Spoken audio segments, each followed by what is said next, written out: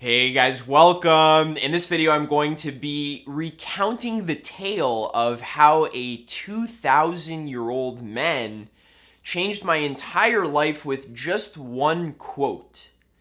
And the man in question is none other than the ancient Roman emperor Marcus Aurelius, who was also known as the philosopher-king. So when I was about 16 years old, I was in high school. And to be honest, guys, I wasn't an unpopular kid. I had a fair amount of friends, but just like any other person in high school, I was very self-conscious about being judged by other people. I was playing the social games, trying to be cool, trying to increase my social status by getting the approval of the other kids. And it was about at this point in my life where I started getting interested in personal development because I had no clue how to talk to girls or how to get a girl to date me. So I was looking at attraction videos online, and one thing led to another, and I eventually stumbled upon philosophy and personal development. This was a huge light bulb moment for me because I had never even considered the possibility that I could go to the bookstore and actually purchase a book and read the inside of the pages of the book and actually gain some kind of internal personal growth from it, to actually benefit my soul by actually purchasing a book and reading it. I figured out that there are books that you can read that tell you how to live properly. I don't know if anyone knows about this shit yet, but it's pretty fucking amazing. See, I knew in theory that, oh yeah, people read books about philosophy and personal development. I knew that as a theory, but when I was 16 years old, this is when it actually became a reality for me, where I actually realized, oh, I could go buy a book and read it, and I can actually grow myself as a person. So the first personal development book I ever bought was actually this book right here, The Meditations of Marcus Aurelius. And this is a very famous book. It's been around for over 2,000 years after all. And basically, it's just the personal journals of the ancient philosopher-king's life. And basically, Marcus Aurelius would just write journals to himself that were of his own philosophy, just trying to basically remind himself how to live a virtuous and just life. So anyways, I remember I would read this book in class, in school. The teacher was talking about some nonsense, like math or whatever. I wasn't that interested in it, or I had already finished the lesson, so I had nothing to do but just read about philosophy. I felt like, okay, I'm actually gonna benefit my life by reading personal development instead of copying down notes from the chalkboard. And I remember I'd read with my head down, and this one quote really kind of shook my being to the point where it literally etched itself into my mind, and I never forgotten it, and it really changed the way I acted. Because, like I said, I was really involved in caring about what other people think of me. I was trying to be cool. I worried a lot about what the girls were thinking of me, what the cool kids were thinking of me. And this one quote kind of just stopped that bullshit forever. And this quote is this: "Peer into their minds, and you will find the judges that you're so afraid of, and how judiciously they judge themselves." So one thing I worried a lot about was just being judged by other people. I think this is very common. All human beings share this fear of being judged because as we've evolved, we need to make sure that other people like us so that we're accepted into the tribe, because the tribe gives us benefits like food, protection, and just love, basically. So all of us have been wired with this need to be loved and to be liked by other people and to worry about being judged.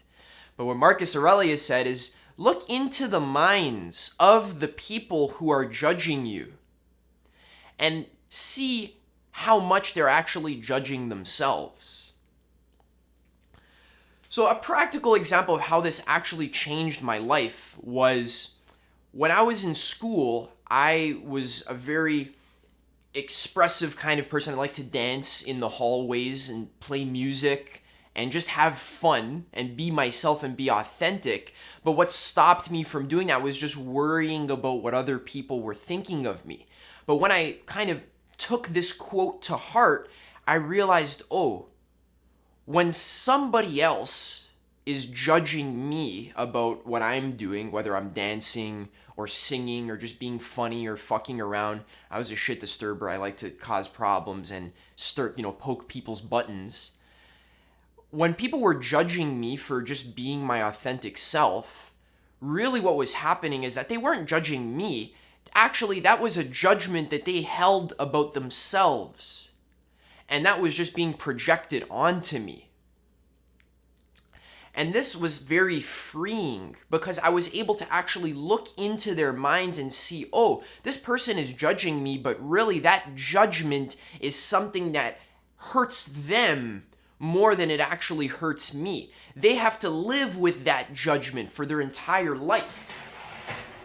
So if I pull this into frame right here, imagine this here is the person that's judging you, and then this here is you. So imagine you're dancing, you're having fun, you're expressing yourself. This is how you express yourself. And this person here judges you and calls you a weirdo. Weirdo. And they kind of project that onto you. Now, you have a choice. You can care about what this person thinks of you. You can absorb it into yourself, and then you can take that judgment and keep it as your own weirdo. And then that actually makes you become a weirdo because now you're holding on to it. Or you can choose, you know what? This person, actually that judgment is him judging himself. And when, I'm like rubber, you're like glue, what bounces off of me sticks to you. Your words bounce off to me and stick to you. So when you don't actually accept what this person is saying about you or their judgment of you, because you have your own view of yourself, this judgment that's been projected onto you, that's theirs. That's not yours. So what happens is this judgment kind of bounces off of you and just goes and floats away. But see, they're the one that's holding on to it. So now you go on and live your own life, you go do your own thing, but they still have this judgment. It's their judgment. Now they're going to be judging themselves. Now they are going to be afraid of expressing themselves because they judged you. Now, whenever they do something expressive or authentic or fun, just being themselves, then they're actually just going to prevent themselves because they're afraid of being judged by others because they judge themselves. So this whole phenomenon here was so life-changing for me to realize that, oh, I don't actually have to worry what other people think of me. In fact, this made me a lot more compassionate. Because when, in high school, it was just like 16-year-old kids were all very shallow and judgmental of each other. When I was walking around high school and just being myself, and I was, sometimes I would see the way other kids would look at me. I'd wear funny hats, guys. I'd wear like bright pink hats or like bright orange clothes just to like, fuck around basically, just to like break people's, what's the word? To like shake people out of their like rigid ways of thinking. I would just like to cause shit, basically. I was very expressive. So when I saw other people judging me, giving me the evil eye, looking at me, saying, oh, that guy's so weird, that was something that I didn't actually have to absorb. I just would always remind myself, oh, that judgment, that's their judgment. That's just them judging themselves.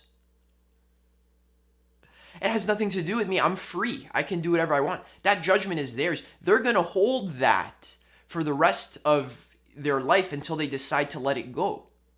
And that's actually sad. That would actually awaken compassion with me. I would feel bad for these people that are judging me. Because that judge is sitting in their mind judging themselves. Exactly like Marcus Aurelius said. All right, guys, that's all I have to say here. If you want to understand the most profound lecture about the entire foundation of personal development, then I made a super quick video, understanding being cognition. It's a really quick watch. You're going to love it if you're interested in philosophy and self-actualization. That's what I talk about here on this channel. One of the keys is raising your awareness, and I created a free guided meditation that I actually got from a Tibetan Buddhist Lama that helps you to fill your body with wakeful, empty awareness. It's the hollow body meditation, and it just makes you feel super good, raises your awareness, and also your compassion for all sentient beings. All right, guys, stay tuned. I hope you like this video, and I'll see you in the next one.